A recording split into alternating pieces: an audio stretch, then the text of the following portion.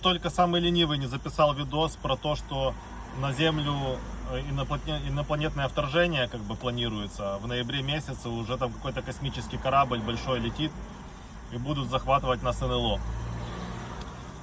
Ой, смотрю я на то, что происходит на планете Земля, и хочется, наверное, сказать, скорее уже придите, наведите здесь порядок, сил уже больше нет. А может, наоборот, земляне смогут объединиться против общей угрозы. Как думаете, напишите в комментариях. Недвижимость и ремонты в Торревьехе, пока еще это имеет место быть, пишите, обращайтесь, все делаем.